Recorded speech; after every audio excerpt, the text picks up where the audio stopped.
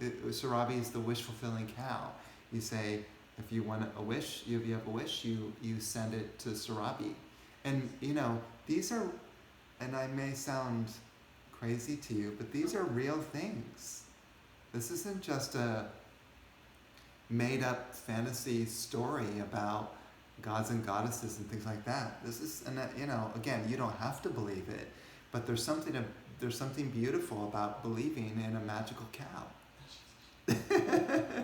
There really is. Really is, because it just makes you appreciate the cow in the first place, right? So, and she who grants your wishes, and so then you pray to her, and if you're hurt, she comes and she heals you, and she gives you what you need. And so there are these two people who are toiling away on earth in the heat, and she's looking down and she sees them and she's crying. And then there's Indra. Indra's the king of the gods, and he's flying by and he feels the teardrops, and he's like, what's that? And he looks up and he sees the divine cow, Surabhi, and she's crying. And he rushes over and says, what's wrong? What's happening? Why are you crying? And she says, I'm crying because my two children down there are suffering in the heat, and I'm feeling for them. And so I'm crying. And the Indra was stunned. Why? Because Surabhi's children number in the millions. In the millions. Her children are everywhere. And here she's just looking at two down below and weeping because of their pain and suffering.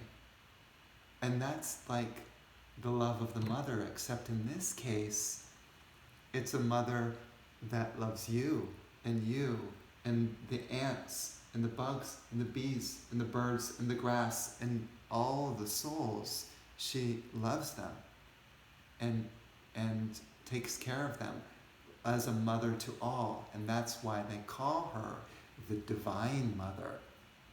Because a normal human mother generally has enough energy to take care of just 1, 2, or 3, or 4, or 5 kids. And that's enough. So imagine being a divine mother, right?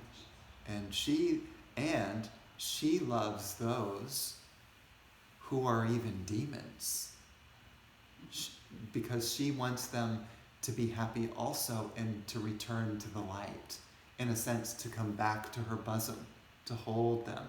So she's holding them, kind of energetically, and she's waiting for them also to come back, and she will do her utmost for those demons who are in suffering, and she will cry over them also. So there's no exception here. There's not that the Divine Mother says, well, you've been a bad girl or bad boy, so I'm going to withdraw my love from you. No, she's like a sun, and she shines her love upon everyone, no matter what you have done, no matter what so-called sins you have committed, no matter how dark, no matter how deeply you go into hell. She wants to bring you back out and into the light and hold you back next to her once again. But she also loves you enough to give you the freedom to make your own choice about what direction you want to go. So if you would like to experience hell, she's not going to stop you. She's not going to say, I'm going to chain you up so you can prevent you from doing these things. She gives you that freedom also. And in the meantime, she's still crying because, it's kind of like the human mother is scared for their child to fall down and make a mistake, and sometimes would instinctively rather like hold them up to make sure that they don't fall. But the way you help the child ultimately is to let them fall, to learn and gain maturity, to gain self-sufficiency. So one has to go through one's mistakes in order to become stronger anyway.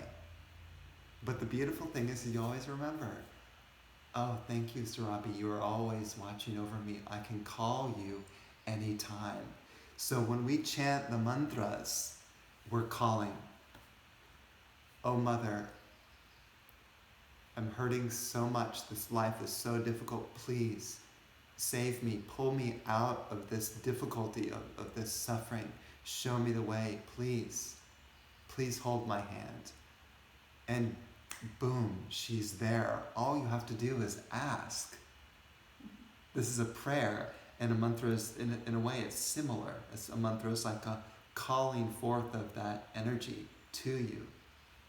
So that's why I say, if you want God, keep calling, keep calling, keep calling.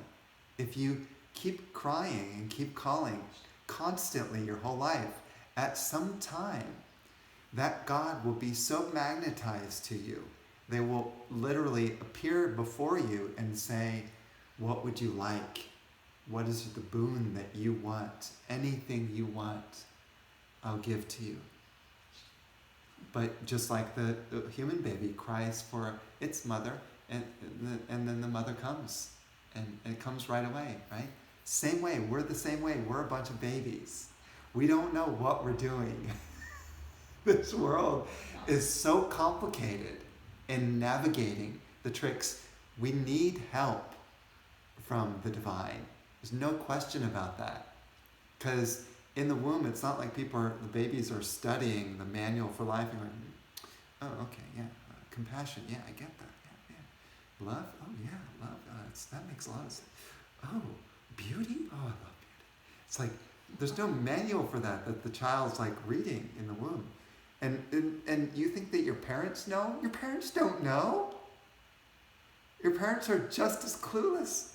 They're navigating in the dark also, right? So who then do you really go to develop the divine qualities? Because the divine qualities are what will pull you out of the Maya or the suffering permanently. They will get you out.